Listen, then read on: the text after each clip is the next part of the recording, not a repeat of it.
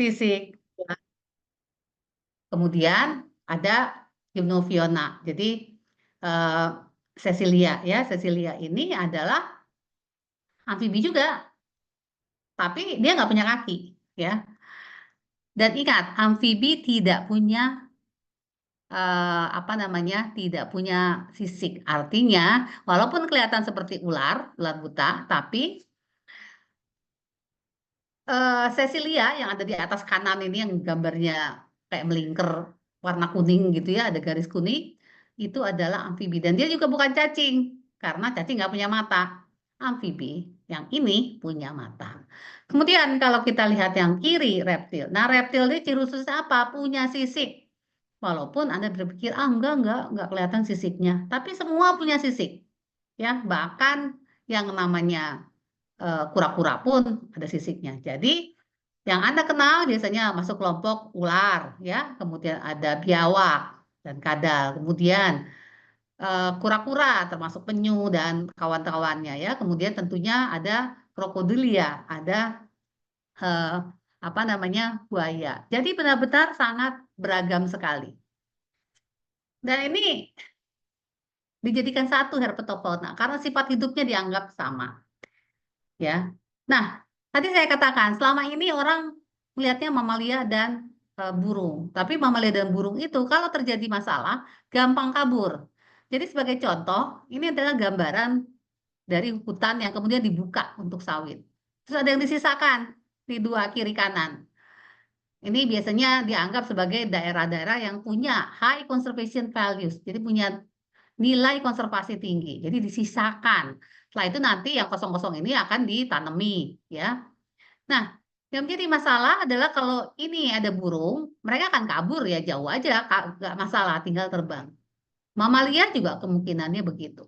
Tapi kalau amfibi dan reptil, karena mereka susah untuk mobilitas, mereka akan tertahan di fragmen yang kecil ini. Nantinya tentunya kualitas hidup mereka akan turun. Nah, inilah yang membuat kenapa herpetofauna itu bagus sebagai indikator dari kerusakan hutan. Jadi, untuk amfibi dan reptil, kebanyakan mereka itu cenderung menetap di satu tempat. Dalam bahasa Inggris disebut sebagai strong site fidelity. Jadi, site itu lokasi, strong itu kuat, ya, fidelity ya menetap. Jadi cenderung menetap. Kemudian mereka susah untuk menyebar. Karena kalau terbang nggak bisa, lari dengan cepat juga nggak bisa. Jadi, karena kemampuannya terbatas, jadi ada isolasi. Kemudian, kalaupun tadi Anda lihat ada fragmen, ya, berarti satwa liar itu kan penting punya habitat untuk cover, ya, untuk dia berteduh, untuk foraging, untuk cari makan. Nah, dua lokasi ini mungkin ada, tapi tidak untuk berkembang biak, ya. Dan kalau kita lihat lagi pada fragmen-fragmen ini, kalau mereka mau pindah, kemungkinan mereka akan terpapar sinar matahari yang sangat panas. Untuk amfibi ini sangat berat sekali karena mereka tidak bisa kekeringan. Jadi ini akan memberikan efek negatif. Oke, jadi ini alasan kenapa orang kemudian menggunakan amfibi dan reptil sebagai indikator untuk monitoring satwa liar. Nah, sebelum kita memulai, saya tidak menjelaskan ini ketika bicara mengenai inventarisasi mamalia dan burung. Karena kebanyakan orang biasanya mau penelitian mamalia dan burung tidak pernah ada rasa takut. Kecuali mungkin kalau mau penelitiannya uh, beruang atau apa namanya harimau begitu ya. Tapi biasanya nggak ada rasa jijik, rasa takut yang lainnya. Nah, ini berbeda dengan amfibi dan reptil. Banyak orang yang punya fobia, ya. Oleh karena itu, saya selalu mengatakan kepada mahasiswa, kalau ada yang mau penelitian herpetofauna, terutama yang di alam, harus berani. Jadi, begitu melihat kodok buduk, enggak langsung, takut gitu ya, terus langsung dilempar kodok buduknya. Enggak jijian. Ya, jadi harus berani seperti itu. Walaupun tidak berarti harus megang-megang ular seperti anak kecil ini ya. Karena memegang ular nanti kita ceritakan bahwa tidak bisa juga sembarangan kalau memang kita tidak tahu spesiesnya apa. Kemudian kebanyakan amfibi dan reptil ini aktifnya malam. Artinya kalau Anda mau penelitian di lapang, Anda harus berani keluar malam dan siap untuk begadang. Sedapat mungkin Anda tidak punya kemampuan untuk melihat makhluk-makhluk gaib pada malam hari. Karena kalau tidak, belum mulai penelitian, Anda sudah takut sendiri. Ih, di situ kan tempatnya ada, itu terkenal pakai gaun putih atau yang lainnya ya, nggak bisa Anda ikut itu. Kemudian penelitian amfibi dan reptil, ya namanya malam susah kalau Anda mau pakai teropong ya. Dan biasanya binatangnya kecil, jadi harus dilihat dekat. Tapi karena malam, jelas yang paling penting itu penerangan. Jadi harus bawa senter ya. Jadi nggak ada alasan tuh. Udah mau pengamatan malam, aduh senternya hilang, nggak ada. Mau pakai apa? Mau pakai lilin nggak mungkin. Kemudian kalau mau mengambil biasanya cukup pakai tangan saja. Dan ini selalu saya tekankan, walaupun ini juga berlaku untuk mamalia dan burung, tapi ini terutama untuk amfibi dan reptil. Kalau Anda perginya malam, ya minimal harus 2 orang di lapang. Lokasi harus dicek sebelum pengambilan data. Jadi tidak bisa Anda langsung datang ujuk-ujuk tanpa tahu kondisi di lapangan. Oke, untuk metode sebenarnya banyak, ada banyak buku-buku yang bisa Anda gunakan, ya. Ini adalah buku yang paling standar, bayangkan sudah 30 tahun yang lalu terbitnya, tahun 94, Measuring and Monitoring Biological Diversity, Standard Methods for Amphibian, reptil juga pakai ini, tapi tentunya metode selalu ada, ya, selalu berkembang. Yang standar itu memang bisa dipakai terus-terusan secara klasik, tapi juga tergantung tujuan dan penelitian Anda mau apa, ya. Dan Anda bisa menggunakan berbagai gabungan metode. Nah, saya punya buku, ya. Yang sebelah kanan, pedoman penelitian dan survei amfibi di alam itu ada di Anda bisa download gratis di Akademia Edu, ya. Cari aja, itu bisa dengan mudah Anda download. Yang sebelah kiri memang tidak saya kasih PDF-nya yang gratis, ya harus beli. Tapi isinya tidak berbeda jauh dengan yang amfibi, hanya saja memang lebih lengkap, ya. Jadi kalau Anda tertarik bisa beli lewat IPB Press, saya tidak jual soalnya, atau kalau tidak cukup yang sebelah kanan saja dan tambah dengan bacaan-bacaan dari jurnal. Ya, jadi jurnal banyak sekali. Untuk yang bahasa Inggris ada Herpetological Review, ini metode-metode baru banyak di situ. Tapi juga banyak jurnal-jurnal bahasa Indonesia yang bisa Anda lihat yang mengetengahkan penelitian mengenai keanekaragaman hayati. Oke, pertama kali tentunya kalau kita mau mencari hewan atau mempelajari hewan, kita harus memastikan kita bertemu dengan hewan tersebut. Dan ada 2 cara tentunya yang Anda sudah tahu. Metode aktif, jadi langsung dilakukan di habitat yang dituga. Kalau burung sama, Anda langsung ke rawa, lihat ada burung enggak. Lihat mamalia juga sama, pergi ke hutan, lihat ada primata atau tidak. Begitu juga dengan herpetofauna. Anda lihat sekitar hutan, cari langsung. Kalau Anda tahu habitatnya, oh biasanya dia di lubang-lubang pohon, oh biasanya dia di lubang-lubang tanah. Itu Anda langsung lakukan pencarian, ya. Jadi Anda bisa seperti ini. Ada metode pasif yang juga sama dilakukan untuk mamalia dan juga burung. Ya, jadi metode pasif biasanya memang dipakai hanya untuk sampel yang sulit didapatkan. Dan bagusnya dengan pakai jebakan itu tidak ada bias dari kemampuan peneliti. Ya, apa sih yang dimaksud dengan bias kemampuan peneliti? Jadi begini, peneliti-peneliti itu ada yang sangat pengalaman sekali, ya. Begitu dia pergi ke satu tempat, dengar suara burung misalkan atau dengar suara kata, dia langsung tahu, oh itu ada si A, di situ tempatnya, di kanan, di bawah. Jadi cepet ya, atau dia tahu, oh habitat seperti ini pasti ada si A, begitu ya. Sementara kalau yang masih baru, masih belajar, masih pelangak-pelongo gitu, kadang-kadang binatangnya di depannya juga dia nggak lihat ya. Jadi ada bias dari kemampuan peneliti. Sementara kalau pakai jebakan, jebakan ditaruh, ya udah kita nunggu aja. Nggak ada tuh mau penelitinya pinter apa enggak, ya itu hasilnya berdasarkan jebakan. Tapi masalahnya kalau pakai jebakan tentunya harus ada perawatan tinggi. Dan juga hewan itu punya kemampuan berbeda untuk dijebak. Belum lagi kita ingin dapatnya kadal, dapatnya burung atau ayam atau yang lainnya. Jadi itu biasa sekali ya. Nah, jebakan seperti apa yang biasa dipakai untuk herpetofauna ya? Untuk herpetofauna yang biasanya ada di terserial ya, jadi bukan yang di daun-daun ya. Biasanya orang pakai yang namanya pitfall traps. Sesuai dengan namanya, traps itu jebakan, pit itu lubang, fall itu jatuh. Jadi ini adalah jebakan untuk membuat binatangnya jatuh ke lubang. Jadi bentuknya seperti ini nih, gambar kiri di atas misalkan ada pralon atau orang-orang kadang pakai ember gitu ya. Jadi tanahnya digali, dimasukkan, kemudian kita mengharapkan ada hewan masuk ke jalan di situ kemudian jatuh.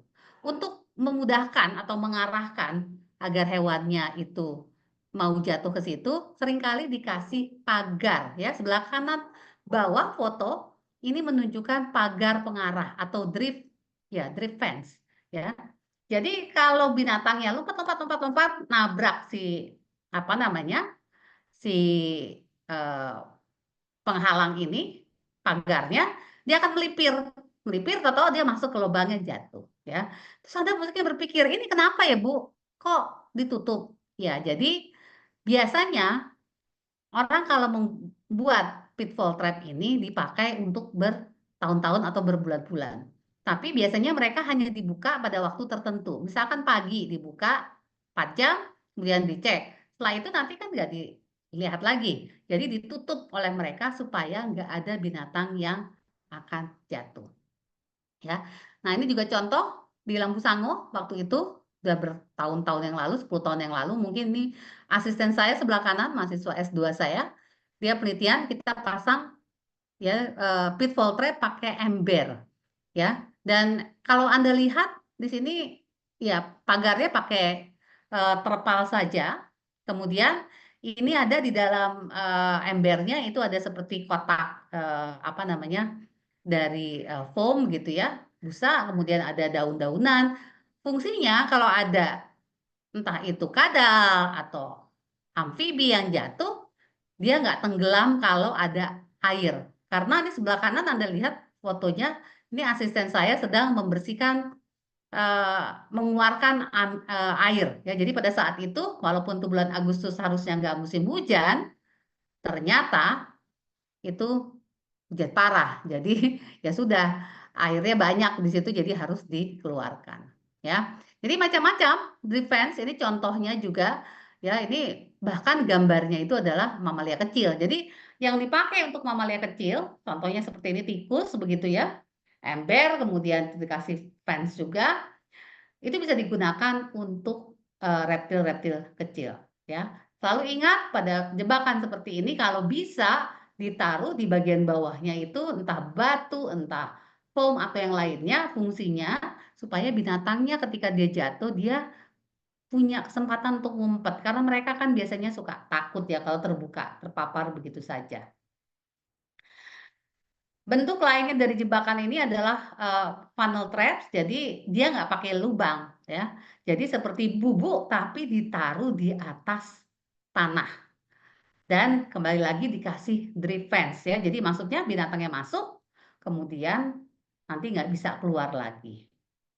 Nah, jebakan itu bisa pakai umpan atau tidak pakai umpan ya. Jadi ini jebakan yang sebelah kanan ini noose trap, jadi ini jebakan ya masyarakat biasa ini sebenarnya saya ambil fotonya di Papua waktu itu, Jadi masyarakat biasa dia bikin jebakan seperti ini, kemudian dapatnya ayam begitu ya, ayam hutan begitu. Kemudian ada box trap. Nah, yang juga agak berbeda untuk reptil, terutama ya bukan amfibi, adalah menggunakan lem tikus. Jadi lem tikus biasanya bisa langsung dioleskan di apa namanya di pohon mungkin ya.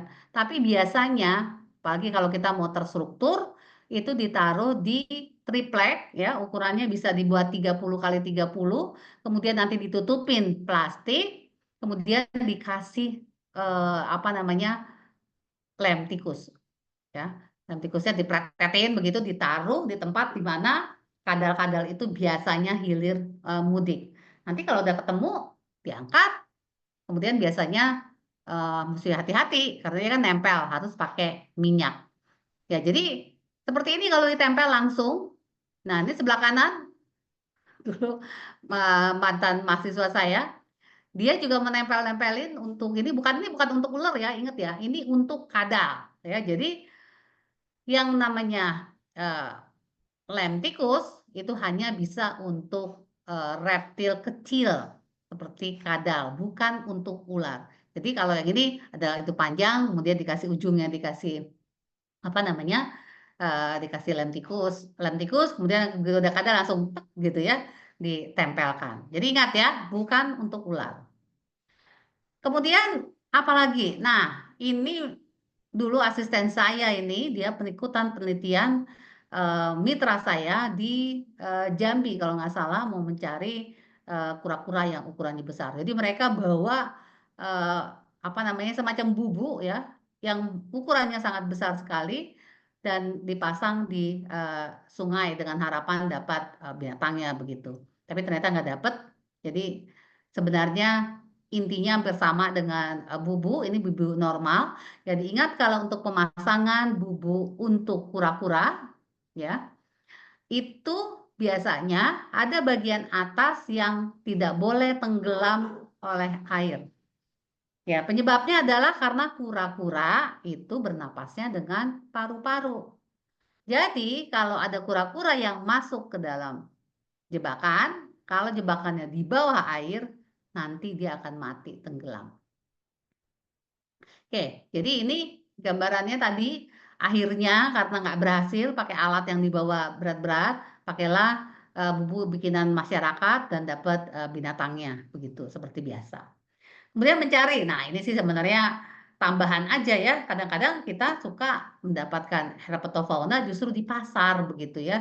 Ada yang jual toke, jual labi-labi, jual katak begitu. Jadi ini juga bisa dilakukan survei, kemudian Anda tanya ke orangnya, ini belinya dari mana, apa sumbernya dari mana begitu. Kadang-kadang saya dulu penelitian mengenai perdagangan kaki katak dan juga perdagangan kulit ular.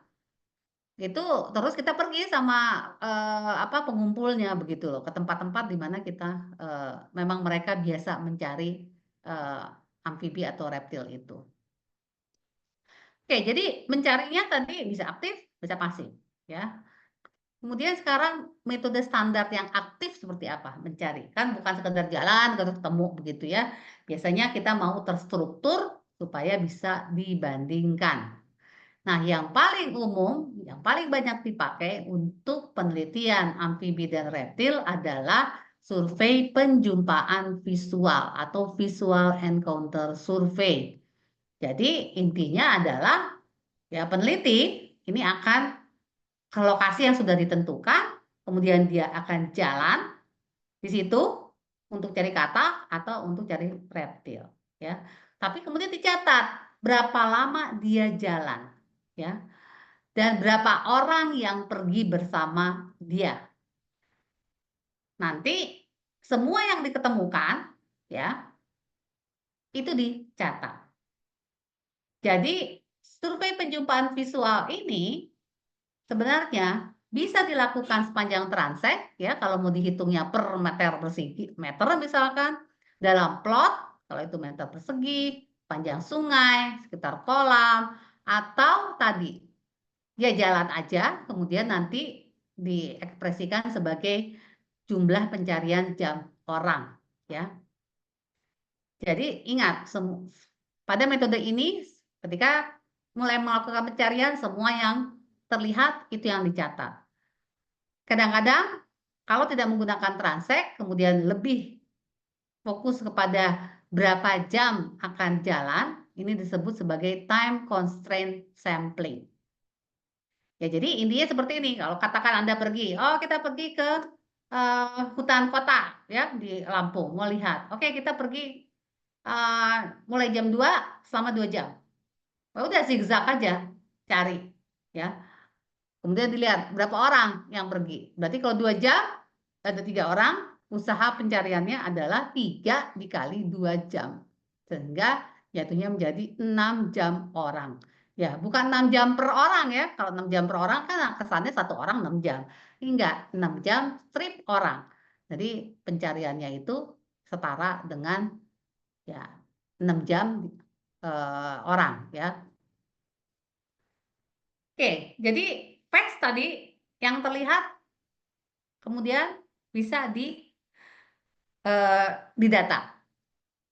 Tapi facts di atas transek tentunya berarti Anda membuat transek.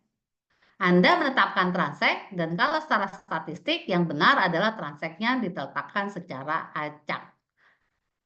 Untuk sungai biasanya karena amfibi biasanya orang lebih banyak pencariannya di sungai, itu panjang transeknya 200 sampai 400 meter. Kalau yang terestrial itu 500 sampai 1 kilo. Nah, biasanya kalau transek, kalau Anda mempelajari perbedaan habitat atau mempelajari perbedaan komunitas per elevasi, nah ini bagus sekali. Karena nanti Anda bisa taruh satu transek di ketinggian 100, satu transek di ketinggian 200, satu transek di ke. Ya, jadi nanti akan kelihatan. Nah, kalau pakai transek, biasanya hal-hal yang dicatat ya, kalau itu 400 meter, kalau melihat amfibi, nanti akan dicek ya, jarak dari titik 0 ya, transeknya katakan ini transeknya 400 ya, di titik 0, setiap 10 meter Anda kasih pita biar tahu gitu. Kemudian Anda jalan, pas di titik ketemu kata. Kemudian Anda lihat, oh ini kira-kira jaraknya berapa ya dari 0, oh ini 200 meter katakan. Kemudian, ini Y yang penting. Y ini adalah, kalau Anda ini ada sungai, ya Anda berjalan di pinggir kiri sungai, itu gunakan sebagai, apa namanya, sebagai patokan. Jadi Anda melihatnya, oh dia ada di sebelah kanan, di tengah sungai katakan, itu sekitar 5 meter dari kiri. Jadi Y-nya itu 5 meter. Tapi apa yang terjadi kalau Anda jalan di kiri, kan Anda di pinggir sungai nih, tapi kadang-kadang Anda ngelirik, sebelah kiri agak dalam dikit, di pinggiran ada katak nih, ya. Jadi Anda tulisnya kalau itu, oh 1 meter lah kira-kira dari titik nolnya, Anda tulisnya sebagai -1. Jadi minus dan plus sebenarnya tidak menggambarkan matematika yang benar, ya. Hanya menggambarkan posisi. Kalau minus berarti posisinya di sebelah kiri dari titik 0. Kalau plus itu ada di sebelah kanannya, ya. Nanti Anda jalan terus, oh, kemudian nanti kataknya kan kadang-kadang, kataknya ternyata ada di dahan yang menjorok begitu atau di atas batu besar. Ya, jadi Anda memperkirakan kira-kira ketinggian dari tanahnya itu berapa sih? Ya, jadi itu adalah Z-nya, ya. Kenapa kita perlu X, Y, Z dengan detail? Ini sebenarnya hanya menggambarkan mikrohabitat. Sehingga Anda nanti bisa tahu, oh ternyata kata-kata ini, untuk jenis ini cenderung ngumpulnya di titik 200 sampai 250. Jadi dia ngumpul nih. Sementara yang satu, wah dia tersebar di mana-mana. Kemudian, oh katak yang ini cenderung di atas. Dia tidak mungkin di tanah gitu. Dia pasti di pohon atau yang lainnya. Ya. Jadi ini hanya menggambarkan saja bagaimana mikrohabitat dari si katak. Oke, kalau bikin transek seperti biasa tadi saya katakan keamanan, Anda buat transeknya sebelum survei. Jadi Anda udah bikin dulu sehari sebelumnya, 2 hari sebelumnya, Anda ke lokasi, kemudian Anda bikin pengukuran, kasih tanda-tanda, baru nanti Anda pengamatan, ya. Untuk terrestrial juga sama, setiap 10 meter atau lebih, kalau bisa mungkin setiap 5 meter, kasih tanda. Apalagi kalau lebat, karena nanti suka hilang, ya. Saya pernah soalnya nyasar tuh di hutan rawa di Papua. Padahal kita udah kasih tuh setiap 10 meter dan pakai spotlight ininya. Tetap aja ngilang. Setelah itu kita kasihnya jaraknya lebih dekat lagi. Ya, jadi sangat penting untuk memberikan tanda. Nah, monitoring ini bisa dikatakan juga sebagai metode tidak langsung ya, walaupun ya separuh langsung, separuh tidak. Kita tahu bahwa beberapa reptil dan amfibi senang ngumpet ya, ngumpet di lubang-lubang atau di tempat yang lainnya. Jadi bisa juga penelitian itu ketika kita punya transek, kita pasangkan artificial refugia ya. Jadi tempat-tempat di mana kemungkinan reptil atau amfibi bisa ngumpet ya. Jadi taruh bisa pakai PVC, pakai bambu atau apa, kemudian nanti beberapa minggu lagi dicek setiap ada nggak binatangnya. Ya, jadi ini ada yang melakukan seperti ini di Sabah ya oleh ada nih peneliti namanya Björn Larner. Dia memang lihatnya trihole frog. Kemudian juga tadi artificial refugia itu bisa tadi lubang-lubang seperti itu, tapi kalau reptil dia seringkali pakai barang-barang yang memang bagus untuk ngumpet gitu ya. Jadi bisa balok, bisa papan, bisa bata ya. Kita tahu bahwa ya ular atau kadal itu seringkali ngumpet kalau di halaman kita tuh di barang-barang yang tidak kepake. Makanya selalu hati-hati ya kalau lihat barang-barang yang tidak kepake.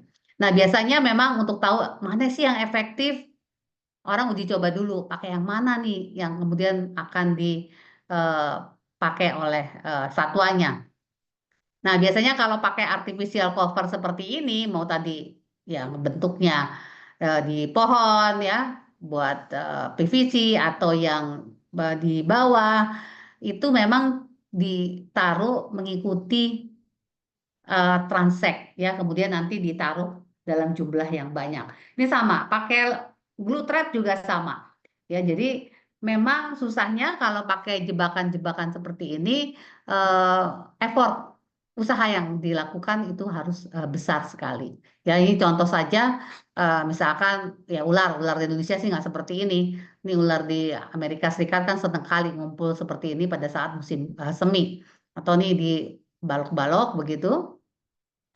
Kemudian pencarian lain yang bisa juga dilakukan, terutama ini untuk amfibi yang di air, yaitu lebih kepada berudunya, ya tentunya ke sungai, ke rawa, kemudian bawa bawa saringan begitu ya, karena kan mereka kecil-kecil seperti ikan. Nah, kapan waktu sampling yang baik untuk amfibi dan reptil? Ya, tentunya untuk mahasiswa S1, saya suka bilang ya, pokoknya sedapatnya aja, jangan mengharapkan musim hujan, karena musim hujan itu paling bagus untuk amfibi. Tapi kan kalau Anda penelitiannya harus dilakukan sekarang belum musim hujan, ya harus dilakukan. Tapi Anda harus ingat bahwa sampling di musim hujan itu akan menghasilkan jenis dan kelimpahan yang berbeda dibandingkan musim kering. Kemudian juga pagi atau siang itu pengaruh. Untuk katak lebih banyak malam, ya, jadi karena aktifnya malam. Nah, reptil ada yang aktif malam, tapi seperti beberapa jenis kadal, biasanya baskingnya atau berjemur itu siang. Jadi kalau penelitian yang khusus hanya kadal saja, itu siang. Nah, biasanya kalau orang penelitian reptil itu buntut-buntutnya mereka akan nyarinya ya malam, kemudian juga pagi begitu ya. Tapi kalau Anda penelitiannya satu spesies khusus saja, Anda perlu lihat saja pengamatannya, lihat diel activity pattern-nya ya, pola aktivitas hariannya sehingga nanti bisa ketahuan dengan baik. Hal lain yang bisa dipakai adalah sama seperti budi burung, kita bisa pakai rekaman suara. Hanya saja, kalau di rekaman suara burung itu sudah lengkap database-nya, ada Senokanto ya, ada aplikasi yang khas. Untuk amfibi tidak banyak, apalagi untuk di Indonesia. Padahal datanya gampang diambil. Anda kan bisa tinggal taruh, kemudian cek, kemudian tentunya dengan taruh suara kita bisa identifikasi ya, ini jenis apa gitu ya. Kemudian perilakunya seperti apa. Tentunya ketika Anda melakukan perekaman ya agak beda nih dengan burung. Kalau burung kan direkam pagi-pagi ya atau siang. Kalau Anda mau merekam aktif untuk amfibi, dilakukan malam dan harus tanpa cahaya. Karena kalau pakai cahaya, amfibinya kabur. Ya. Kemudian, ini juga yang penting untuk amfibi. Amfibi ini metabolismenya karena dia bersuhu dingin, berpengaruh terhadap temperatur. Jadi, Anda harus mencatat suhu udara saat merekam suara. Oke, jadi suara katak ini bisa mengidentifikasi jenis secara unik dan cepat. Nah, katak ini yang jadi masalah seringkali ada dua jenis yang bentuknya hampir sama. Ya, itu istilahnya kriptik. Cara morfologi dia nggak terlalu beda, tapi ternyata berbeda gitu ya. Jadi mungkin ada yang perbedaan kecil pola pada kulitnya, ukurannya satu lebih kecil, satu lebih besar. Kemudian tapi dia punya suara yang sangat jelas. Nah, suara juga tentunya bisa mendeteksi jenis-jenis yang sulit dicari dan juga dapat dipakai untuk menduga populasi.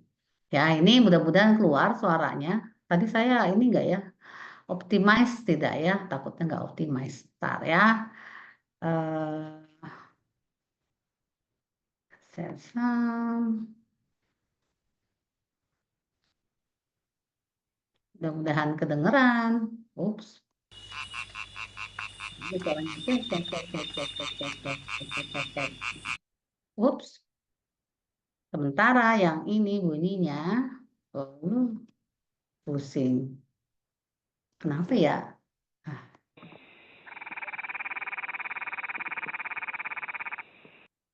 ya, jadi kalau kita lihat secara sekilas binatangnya ini sama, ya. Di matanya ada sedikit apa tanduk kecil gitu ya, kakinya ujungnya sama-sama ada bintilnya, warnanya juga coklat, tapi yang satu suaranya kek kek kek kek kek, kek, yang satu suaranya krrr, ya. Jadi spesies ini secara morfologi hampir sama, tapi karakteristik suaranya tuh beda.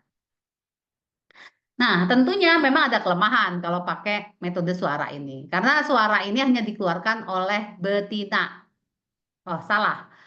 Suara hanya dikeluarkan oleh jantan, kebanyakan jantan, ya. Karena kemudian ada penelitian juga, ada satu spesies di Sabah yang ternyata betinanya mengeluarkan suara begitu ya.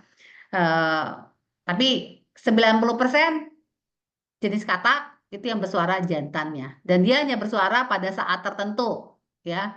Biasanya pada saat mau kawin, dan itu setelah hujan.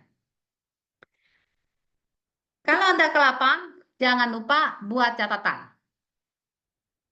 Ya, buat catatan, jangan hanya mengandalkan pakai HP.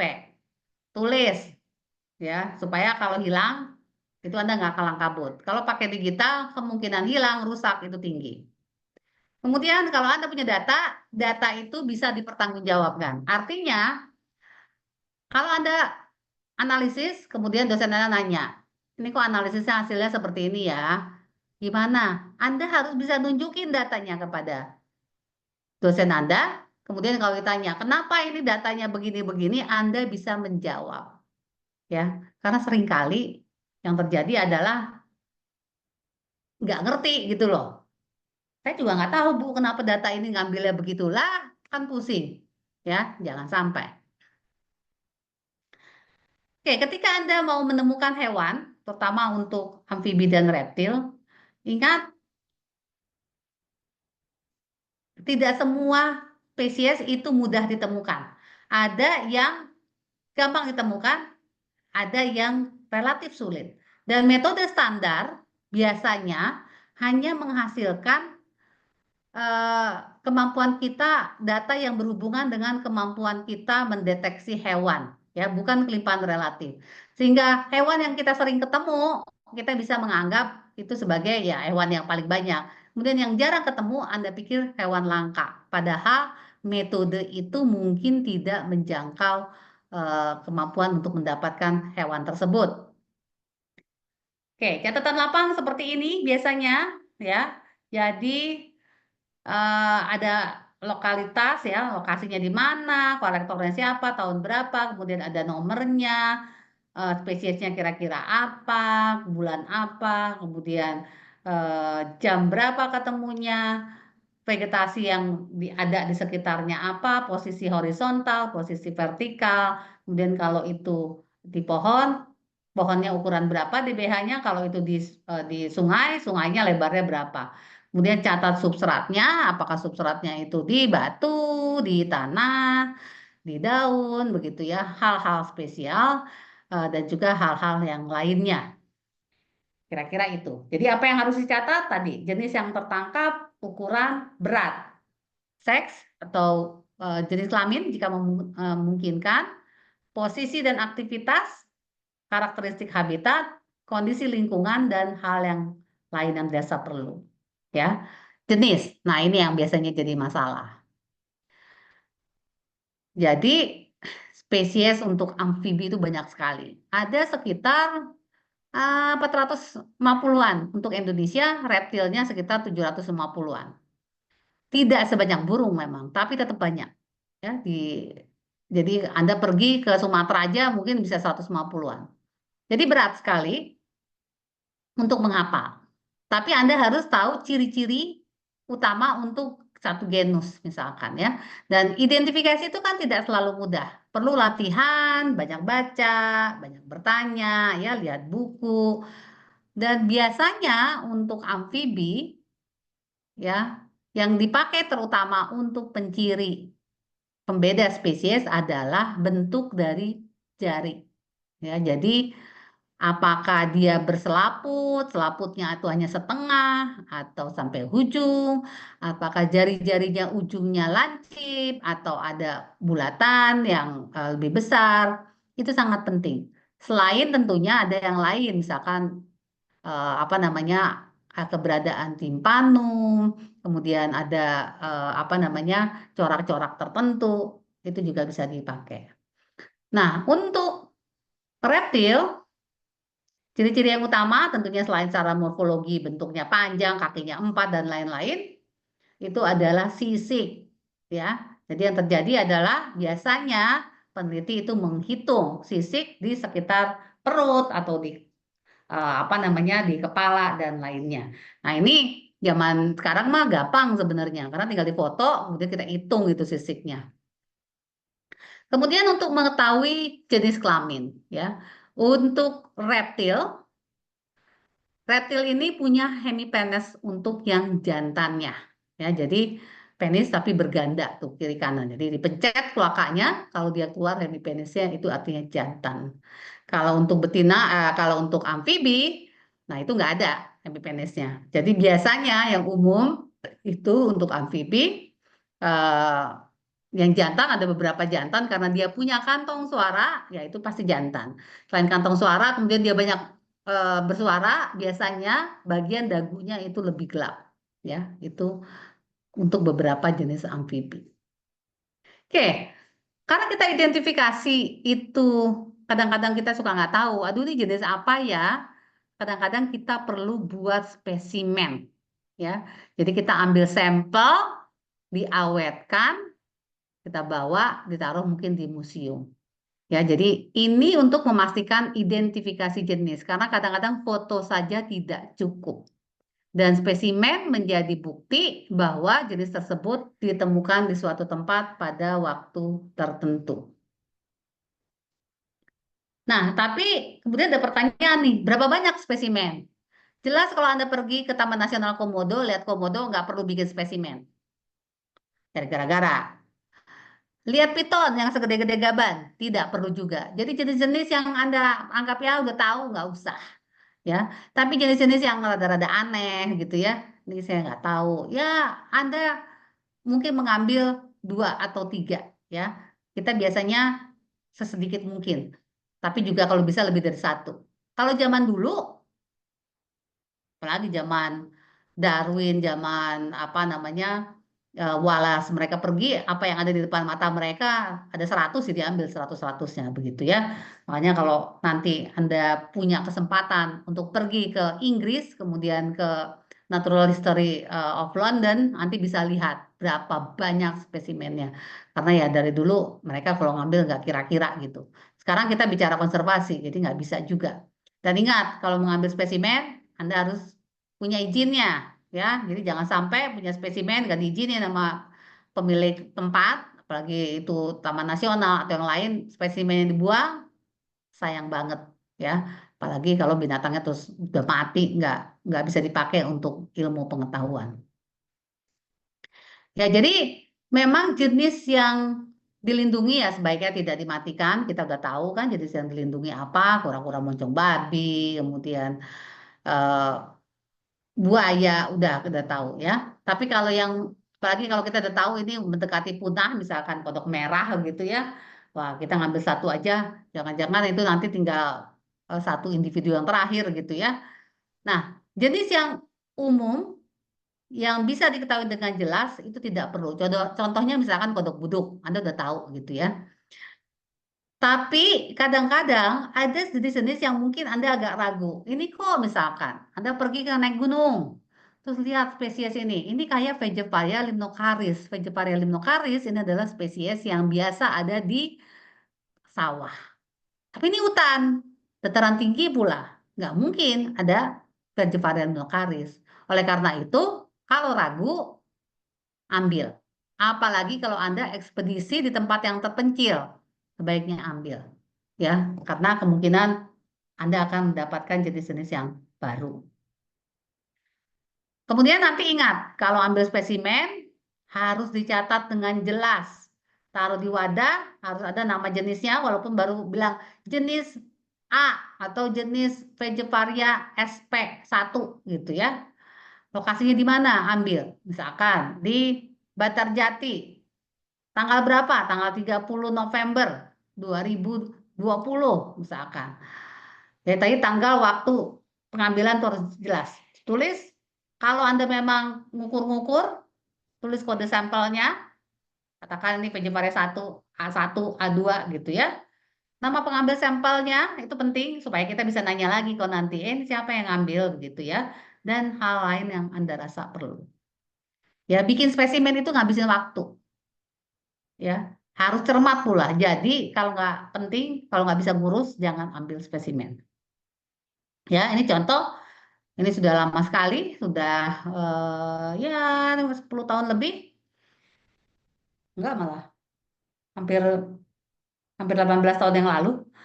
Ini saya ke Papua dengan asisten saya sebelah kanan dan kita itu setiap 3 hari kita ada istirahat 1 hari khusus untuk ngurusin spesimen. Saking spesimennya banyak ya, jadi kita harus dan itu kita waktu itu camping di apa di pinggir hutan. Ya jadi seperti ini contohnya. Ya, spesimen-spesimen yang sudah diatur, biasanya ini nanti harus dikeringkan kalau mau di packing. Dan ini semua di apa ada kodenya, ya. Spesiesnya apa, tanggal berapa, siapa yang ngambil, walaupun pendek. Nanti begitu sampai di lab, nanti mungkin dipindahkan di tempat spesimen yang lebih bagus.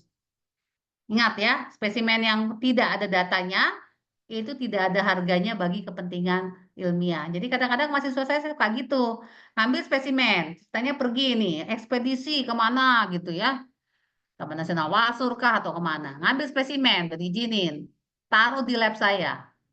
2 tahun kemudian mahasiswanya udah lulus, saya lagi beres-beres tuh saya lihat, ini apa ya ada spesimen, gak ada keterangannya. Siapa yang ingat bahwa itu ada dari Taman Nasional Wasur diambilnya? Gak ada. Orang-orangnya udah pada pergi semua. Jadi nggak ada harganya, ya. Oke, Kalau Anda hanya mempelajari keanekaragaman hayati, biasanya kita tidak perlu mengukur eh, individu. Tapi kalau memang eh, mau melihat bagaimana komunitas, apakah juvenil, apa anakan, itu perlu mengukur.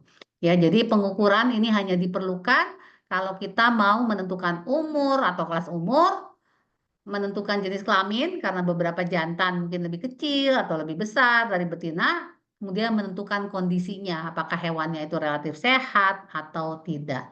Ya, jadi pikirkan pengukuran yang akan dilakukan. Tidak semua harus mengukur. Ya, biasanya diukur itu bisa pakai kaliper seperti ini atau pakai apa namanya eh, meteran jahit gitu ya. Walaupun ini tidak disarankan juga nih, kayaknya nggak benar juga nih mengukur ular yang seperti ini. Ya, jadi biasanya kalau mengukur eh, apa namanya dengan kaliper, terutama untuk reptil, ini adalah eh, panjang karapas yang straight ya. Jadi eh, panjang karapas lurus itu, tegak lurus ini. Ya, ini yang dilakukan. Nah, kalau untuk amfibi dan juga reptil ini ada dua istilah yang berhubungan dengan pengukuran badan dari hewan tersebut. Ada yang disebut sebagai SPL, ya snout vent length, ada yang disebut sebagai SUL, snout urostyle length atau SUL. Apa bedanya? Nah, kalau SPL itu dari moncong sampai ke kloaka, ya, ke kloakanya. Kalau snout urethral length yang diukur adalah tulangnya. Jadi dari moncong sampai ujung tengahnya ini apa ada pelvic bone. Jadi ujung tulang ekor ya.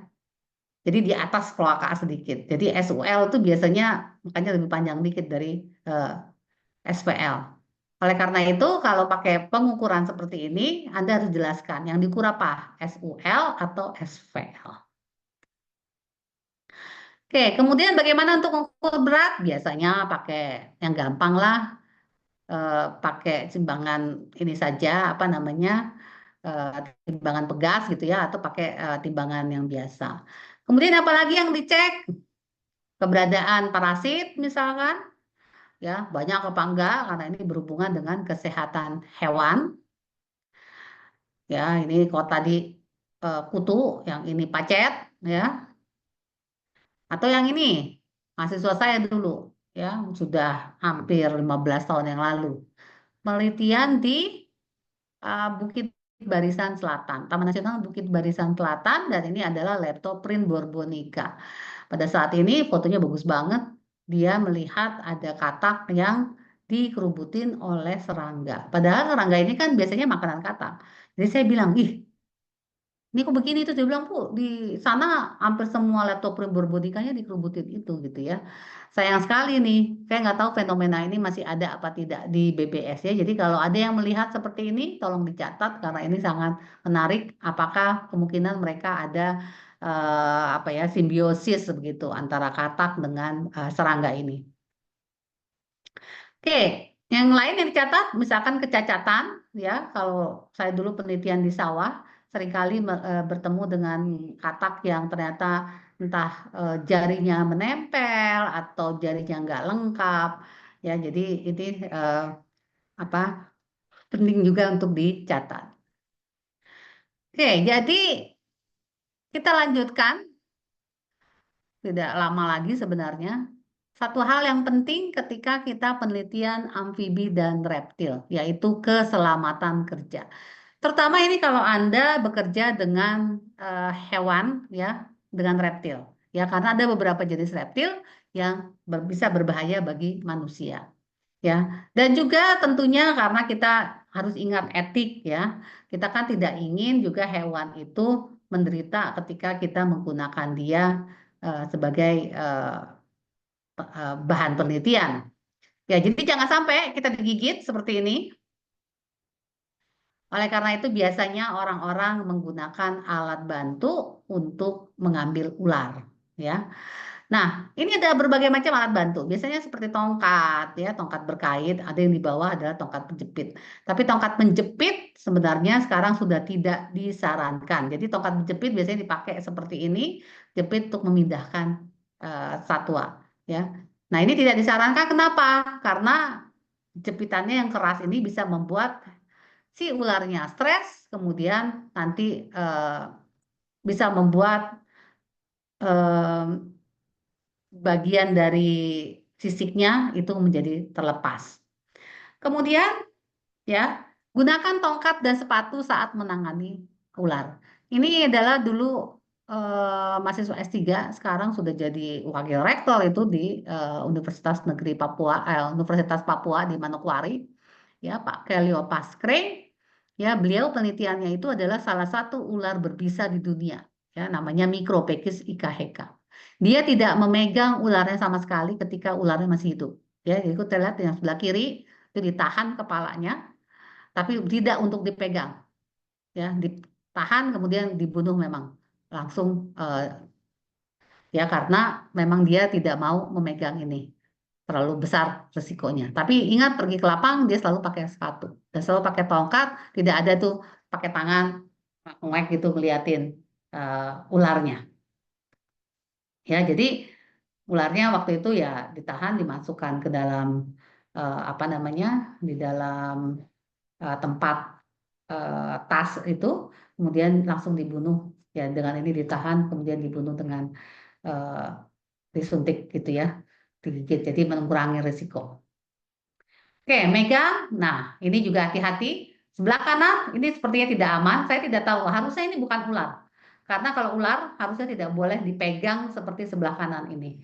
Karena kalau misalkan dicengkram dengan tidak jelas dan Anda melejit, ularnya bisa langsung menggigit.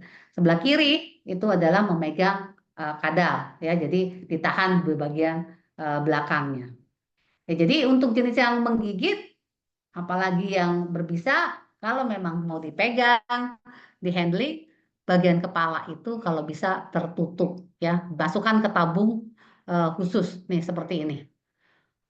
Ya, jadi mau diapa-apain aman. Oke, jadi kalau misalkan ada beberapa jenis biawak yang mau diukur, ya harus direstrain, harus ditahan bagian kakinya yang mungkin untuk mencakar. Ya, jadi memang ketika kita menangani satwa, kita harus ingat dia juga jangan celaka. Kalau mau dibunuh, ya dia nggak menderita dengan cepat begitu ya. Tapi kalau mau dilepaskan kembali, kita harus memegang dia dengan baik, kemudian dilepaskan. Jadi satwanya nggak mati secara sia-sia. Ya. Jadi kalau yang berbahaya, memang dia berbahaya karena itu mekanisme pertahanan dirinya. Anda perlakukan dia dengan baik sehingga penelitinya tidak terluka saat Anda melakukan pengamatan. Ya, jadi bagaimana caranya? Masukkan ke tas, biasanya kalau ular itu tas kain, ya. Dan tas kain itu ya masukin ularnya juga nggak pakai tangan, jadi pakai tadi kita lihat eh, tongkat yang apa, ada kaitnya begitu, masukkan kemudian nanti ditutup seperti ini. Oke. Nah, pada saat kita ke lapang, kemudian mengambil spesimen dan lain-lain, kalau amfibi biasanya taruh di kantong plastik ya, atau di kotak plastik. Kalau reptil, tadi biasanya dipakai kantong kain. Nah, spesies itu jangan dicampur. Bahkan amfibi pun jangan dicampur. Ya, jadi pernah kejadian mahasiswa saya memasukkan Megopris montana, ya, yang jantan dengan yang kecil tuh, dengan Megopris montana yang sama nih lagian, yang besar. Begitu dibuka, yang kecilnya udah hilang, dimakan. Ya, jadi di antara spesies yang berbeda atau bahkan spesies yang sama tapi ukurannya berbeda. Kemudian biasanya mereka rentan kepanasan atau kekeringan. Jadi jangan sampai mereka kekeringan atau kepanasan. Kalau memang memungkinkan Anda harus handling hewannya pakai tangan, ya, tidak pakai alat. eh, Kalau ingin menahan ular tadi, kadang-kadang kan kita suka lihat tuh ada orang-orang ya yang penelitian ular, kemudian ularnya dikunci itu mulutnya pakai selotip gitu, ya jangan. kasihan dia menderita. Masukkan aja dia ke tabung yang tadi seperti itu. Sementara kalau untuk kadal kakinya mungkin bisa Anda pakai itu, ya. Nah, untuk memudahkan pengukuran, kadang-kadang kita melakukan anestesi, ya. Jadi ini untuk prosedur yang tidak mematikan, ya. Jadi untuk reptil itu biasanya pakai ketamin, ini sama dengan yang dipakai untuk apa namanya, untuk mamalia. Tapi untuk kata kecil nggak pakai itu, ya. Kata kecil pakai namanya MS222, itu bisa dibeli, itu dibilang obat eh, untuk ikan itu biasanya ikan kalau sakit kemudian dikasih itu biar pingsan terus dikasih obat, ya. Jadi ini seperti ini, airnya udah dicampur cuma sedikit,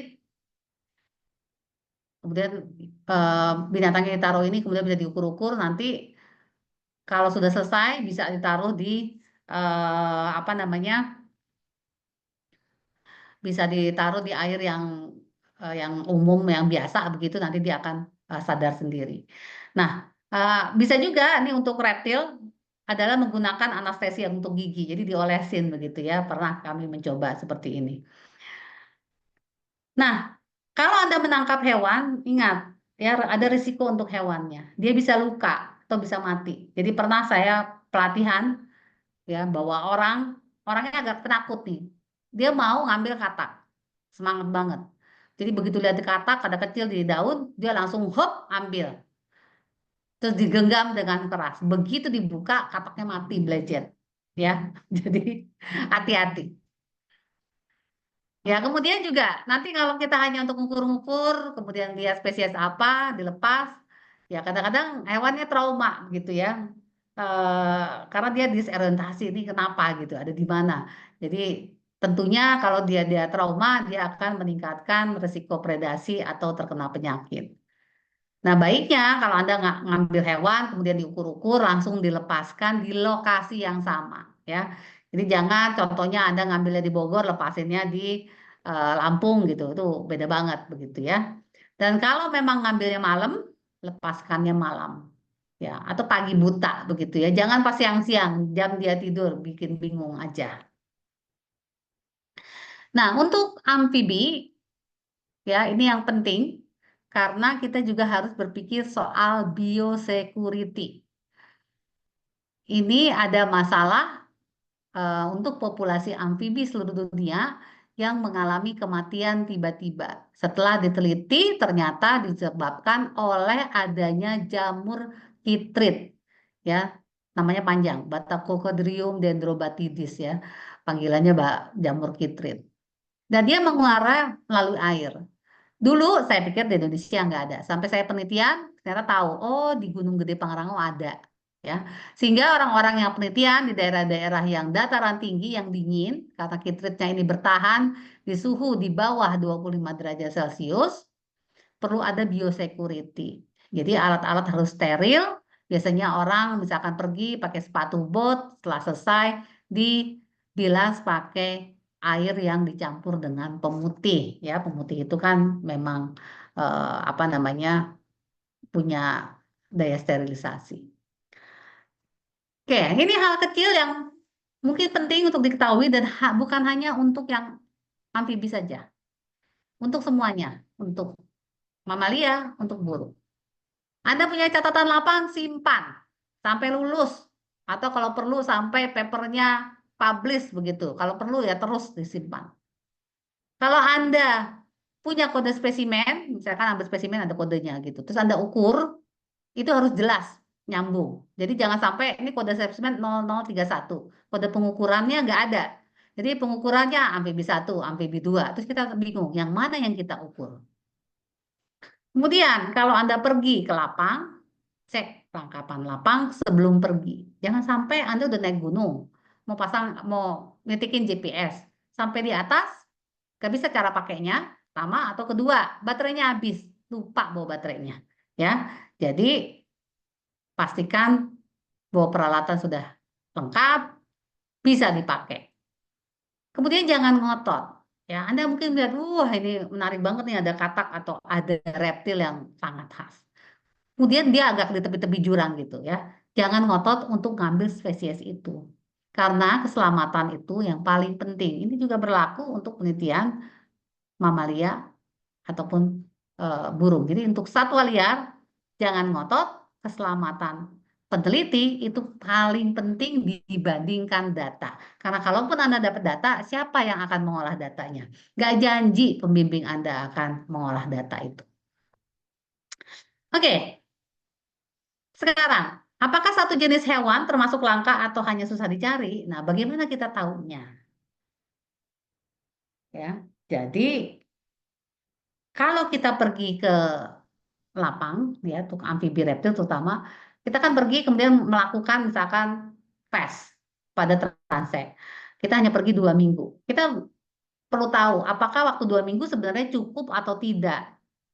Untuk itu kita mengecek, melakukan memplot data kita ke dalam satu grafik yang disebut sebagai grafik kumulatif spesies richness yang hampir sama dengan apa yang dilakukan di burung. Ya, jadi kalau spesies richness-nya tidak bertambah, ya, maka tidak katakan samplingnya telah mencakup 90% dari kekayaan jenis yang ada di daerah tersebut. Jadi seperti ini misalkan nih, kumulatif sampling days, tumbuh X, jadi selama 0 hari, 5 hari, 10 hari, 15 ya. Kemudian number of species. Satu amfibi, satu reptil. Yang titik hitam reptil. Katakan hari pertama Anda dapat langsung ada 2 spesies. Hari ketiga, hari kedua dapat 5. Tapi ternyata yang 2 spesies sudah ketemu kemarin. Hanya 3 tambahan. Jadi ditambah lagi 2 tambah 5 tambah sekian. Sehingga nanti akan dapat garis seperti ini. Ya, dan ini nanti bisa dibikin log juga sehingga lebih bagus. Ya, jadi contohnya seperti ini, di mana semakin lama penelitian tentunya biasanya nanti spesies yang ditemukan maksimumnya tidak akan bertambah begitu ya. Ini grafik yang dipakai waktu saya dulu penelitian di Nantu, di mana kita melihat perbedaan habitat mulai dari habitat yang terganggu moderat, terganggu rendah, dan yang masih pristine, dan tentunya yang sangat berat terganggu yang di bagian bawah. Oke, kalau tadi kita kan lebih banyak ngomong untuk kita inventarisasi itu untuk melihat keanekaragaman. Bagaimana kalau menghitung populasi? Intinya nggak beda jauh dengan spesies lain, ya. Biasanya kalau mau tahu persis pakai mark recaptor, ya. Jadi harus ada penandaan supaya ketika ditandai, ditangkap, kemudian dilepas kembali, kemudian Anda lihat lagi, Anda tahu, oh ini yang udah dikasih tanda. Nah, yang jadi masalah adalah tandanya seperti apa, ya. Kalau tadi burung kan banyak tuh dikasih tagging, ya. Mamalia juga demikian. Kalau katak gimana? Kalau katak nggak jarang dikasih tagging, biasanya dipotong jarinya, ya, dimutilasi. Berapa reptil juga demikian. Jadi yang jari yang dipotong itu biasanya menandakan ada angka-angkanya, tergantung Anda pakai kodenya seperti apa. Untuk katak biasanya kita pakai yang Hero ini tahun 89, tapi jempolnya yang kode nomor 9 dan 90 itu tidak dipotong untuk yang jantan. Karena jantan itu kalau amplexus atau kalau kawin, dia nempel di atas betinanya menggunakan jempol. Ya, jadi biasanya nggak pakai itu. Kalau kura-kura bagaimana? Nah, biasanya kalau kura-kuranya yang keras, dikikir. Kan dia plastronnya di bagian atasnya itu, tempurungnya, itu keras dan ada kayak keping-kepingnya. Nah, keping-kepingnya dikasih nomor aja, kemudian nanti dikikir. Atau ya sekalian seperti ini, dikasih tag, ya, cattle tag. Ini yang kita lakukan di Papua saat ini. Jadi kita bor, kemudian kita masukkan cattle tag ini. Nah, kalau memang tidak mau, nah untuk ketak ya, kalau kita nggak tega gitu, aduh dipotong-potong kasihan. Kalau katak, kalau dalam hal ini nih juga gambarnya salamander ya, itu punya tanda. Kenapa enggak?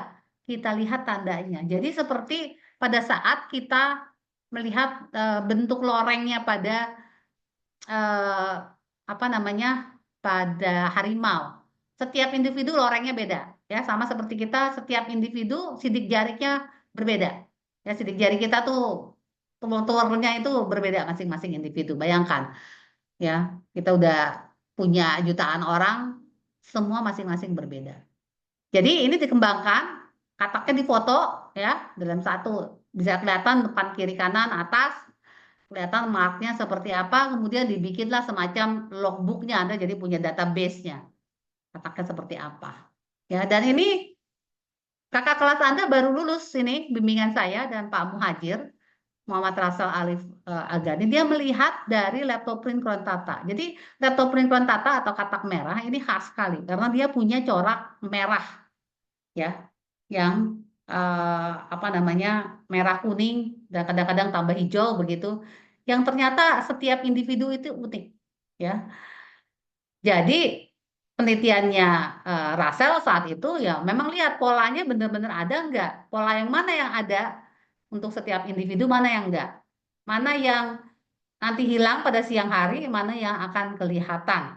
Sehingga nih gambarnya seperti ini, difoto lah, karena katak itu kan pagi, siang, malam itu suka beda itunya, warna kulitnya begitu ya. Tapi kalau kita lihat pola eh, apa namanya, pola bercaknya ada yang sama. Nah, seperti ini penelitiannya, dan tentunya ini masih banyak sekali hal-hal yang bisa dilakukan untuk penelitian di bidang ini. Siapa tahu kalau ada yang tertarik bisa ke Pak Muhajir.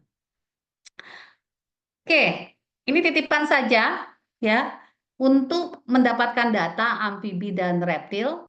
Ya, kami di Fakultas Kehutanan dan Perhimpunan Herpetologi Indonesia bikin proyek namanya amfibi reptil kita di iNaturalis. Ini sains warga ya. Eh, Setiap bulan November kita ada yang namanya gerakan observasi amfibi reptil kita. Saya mengharapkan kalau ada yang tertarik untuk ikut, jangan lupa lihat nanti di IG-nya Go Up. Dan ini adalah cross sourcing. Artinya kalau Anda lihat binatang, melihat katak atau lihat kadal, Anda taruh foto, Anda ambil foto, kemudian Anda upload di aplikasi iNaturalis. Walaupun Anda belum tahu spesiesnya apa, Anda catat, kan nanti ada tercatat tuh akun Anda apa, kemudian ada lokasinya, ada eh, jamnya, harinya.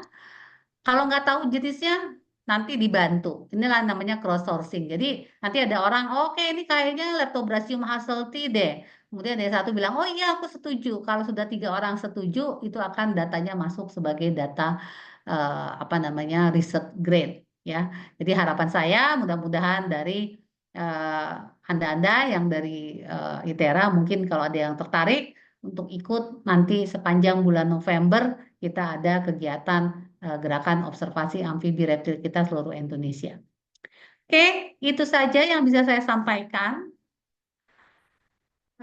Dan sekarang saya kasih kesempatan, kita masih punya waktu sekitar 10 menit untuk diskusi. Mangga, 15 menit malah. Kecuali Anda mau ditanyain satu-satu kayak kemarin. Silakan kalau ada yang mau bertanya.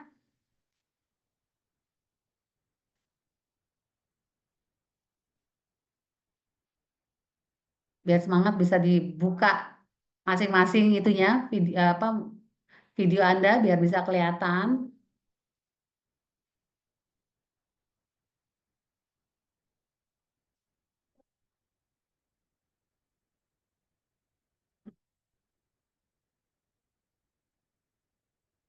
Ada yang mau bertanya atau ada yang memberi komentar? Ada yang suka amfibi atau reptil mungkin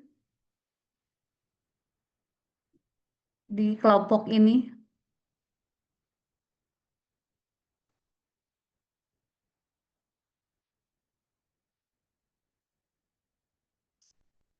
Ini kalau nggak ada yang nanya, saya nanyain loh.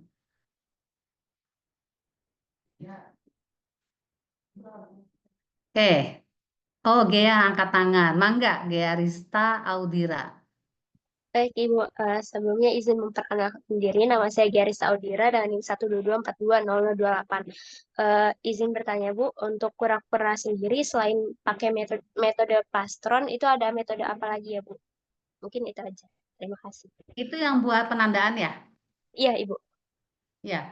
Jadi untuk kura-kura tadi plastron itu memang hanya bisa dilakukan untuk yang kura-kura yang eh, batoknya keras. Kan ada labi-labi ya yang batoknya itu eh, apa dia nggak keras begitu ya, jadi dia kayak kulit yang jadi satu, itu nggak bisa karena Anda nggak bisa ngikir gitu, nah itu langsung terluka.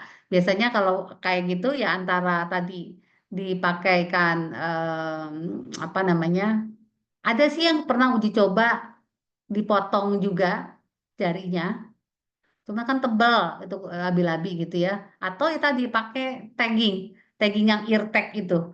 Jadi tagging yang tadi saya tunjukkan itu adalah tagging untuk kupingnya sapi. Ya bisa dibeli murah di Tokopedia, saya belinya lagi. Langsung beli itu angkanya 100 gitu. Jadi dia biasanya kan kuping itu apa tipis ya.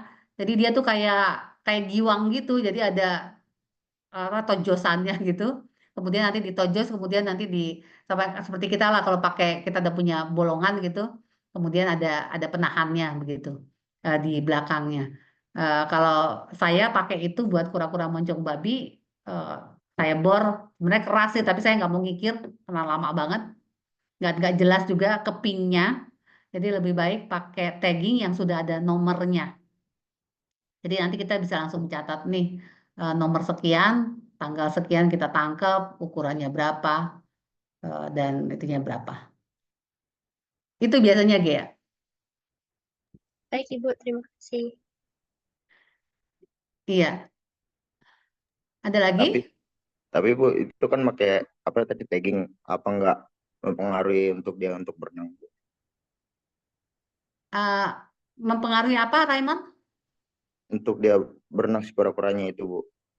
Ya, jadi memang sedapat mungkin ketika kita naruh taggingnya itu tidak menghalangi dia untuk dia bergerak, ya. Jadi itu saya taruh di bagian belakang karapas bagian itu juga karena peneliti lain sudah melakukan itu. Bahkan kalau di penyu, ya, dia pakai taggingnya kan khusus kalau penyu. Penyu itu pakai tagging yang sudah terstandar dari metal, ya, dan itu ditaruhnya kayak klip begitu, ditaruhnya justru di flippernya, flipper tapi bagian depannya.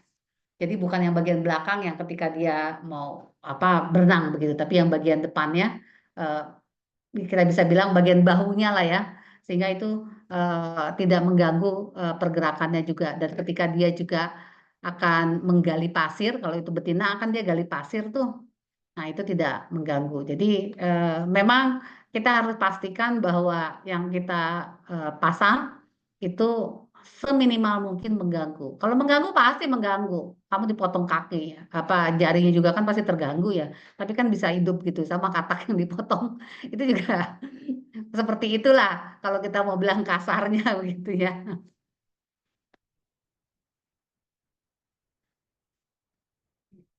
Tuh Raymond. Ada lagi? Siapa yang biasa main ular nih? Di sini biasanya kadang-kadang kan suka ada yang seneng tuh. Si Sony Bu, main suka main ular dia Bu Sony. Sony punya piaraan ular. Nih Sony Christopher Tambunan ya, Tidak, Ibu. punya piaraan ular. Tidak, Ibu. Oh nggak punya. Ya nggak apa-apa juga sih antara punya atau tidak. Tapi yang pasti begini ya, untuk Anda yang biasa ya senang dengan ular begitu, saya selalu tidak menyarankan untuk free handling. Ya, free handling itu maksudnya apa? Megang pakai tangan langsung. Apalagi kemudian nanti mau masuk di sosial media ya cium-cium kayak segala macam jangan ya. Karena eh, karena ingat kita itu serum anti bisa di Indonesia itu hanya satu loh, ya yang dikeluarkan Sabu itu yang dikeluarkan oleh Bio Farma, dan itu hanya untuk 3 spesies yang utama itu ya, ular apa sih?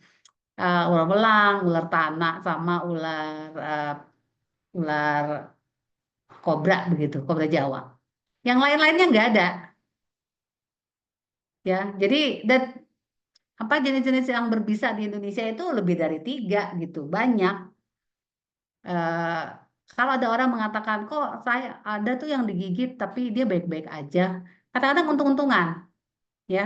Kadang-kadang yang terjadi adalah ularnya mungkin gigitnya nggak niat, jadi dia dry bite. Ya, pernah dengar istilah dry bite? Gigit tapi kering. Jadi ketika dia ngegigit, dia nggak mengeluarkan bisa. Gitu. Kemudian atau dia ngeluarin bisa tapi nggak cukup banyak untuk ini karena beda eh, apa namanya dosis orang kena bisa itu kemudian dampaknya itu berbeda antar individu, antara orang tua sama anak kecil, orang gendut sama kurus itu beda. Ya, jadi sama kayak obat kan untuk anak kecil sama orang tua juga beda dosisnya. Itu juga sama. Ya, jadi jangan menyepelekan bilang ah dia bisa tuh nggak aman-aman aja, enggak, belum sial aja.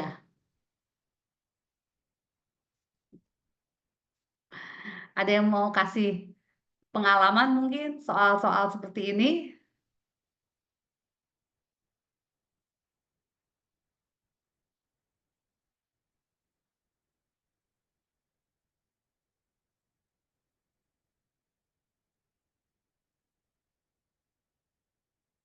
Nggak ada. Semuanya pada enggak kok. Kita orang baik-baik semuanya ya. Ini nggak ada pertanyaan lagi? Nggak ada komentar? Oh, Yongki masih mau bertanya. Mangga Yongki, silakan. Sebelumnya izin memperkenalkan diri Bu, nama saya Yongki Saputra dengan NIM 122420057. Eh, jadi tuh kan saya sering dengar tuh Bu, kalau misalnya eh, ada satu jenis ada yang namanya katak beracun. Nah, Hmm, kalau misalnya katak beracun tuh biasanya warnanya cerah kan Bu? Apa hmm, selamanya katak yang berwarna cerah itu beracun Bu? Atau ada katak yang berwarna cerah tapi nggak beracun? ya. Jadi katak yang beracun, apalagi yang racunnya tinggi di Indonesia tuh nggak ada. Ya, jadi eh, yang ada di kita itu adalah ya katak mungkin apa ya beracun tapi nggak bisa mengakibatkan kematian lah. Kayak kodok kodok buduk itu kan sebenarnya kulit kulitnya itu ada bahan aktif yang ada kelenjar aktif yang kalau dia marah, stres itu bisa keluar kayak cairan putih-putih. Ya itu kalau Anda punya apa kecenderungan alergi, gampang itu Anda pegang itu Anda bisa gatal-gatal. Ya tapi tidak beracun seperti yang di di Amerika Selatan. Kemudian kenapa warnanya cerah? Jadi kalau dalam biologi ya kalau ingat pelajaran biologi dasar ada yang istilahnya aposematik ya. Jadi pewarnaan aposematik. Jadi pewarnaannya itu sangat mencolok ya, biasanya pada tubuh hewan itu yang sehingga orang kalau melihat atau predator kalau lihat tahu, oh ini warnanya ini banget nih katanya, cerah banget, berarti ini bahaya ya atau buah yang merah banget ya. Ada beberapa atau jamur itu kan ada beberapa yang berwarna itu nggak ada yang mau makan ya karena justru warnanya itu, pewarnaan asomatik itu adalah untuk mengatakan kepada yang akan memangsanya dia, jangan dimakan, saya berbahaya. Itu Yongki. Nah, juga yang harus diingat, eh, kalau Anda tertarik mengenai kata-kata yang beracun, racun pada katak itu disebabkan makanannya. Jadi, sudah banyak penelitian yang menunjukkan bahwa katak-katak di Amerika Selatan yang bagus-bagus itu, yang didorobati di segala macam, kemudian ditangkarkan di apa namanya di penangkaran, diambil, ditangkarkan, beranak pinak, dikasih makannya, hanya dikasih makan, ya kasih pelet, dikasih mungkin apa namanya jangkrik dan lain-lain atau lalat buah begitu ya. Karena dia secara genetik udah warnanya seperti itu, tapi begitu dia makannya seperti itu, daya racunnya udah nggak ada di dalam kulitnya itu. Karena daya racunnya itu asalnya dari koktail ya, jadi dari makanan yang dimakan serangga-serangga yang macam-macam. di Amerika Selatan itu yang ya mungkin mengandung racun macam-macam juga gitu ya, gabungin jadi satu, kemudian menghasilkan kataknya nggak mati, tapi dia menghasilkan bahan aktif yang seperti itu, gitu ya. Itu Yongki. Oke, masih ada lagi?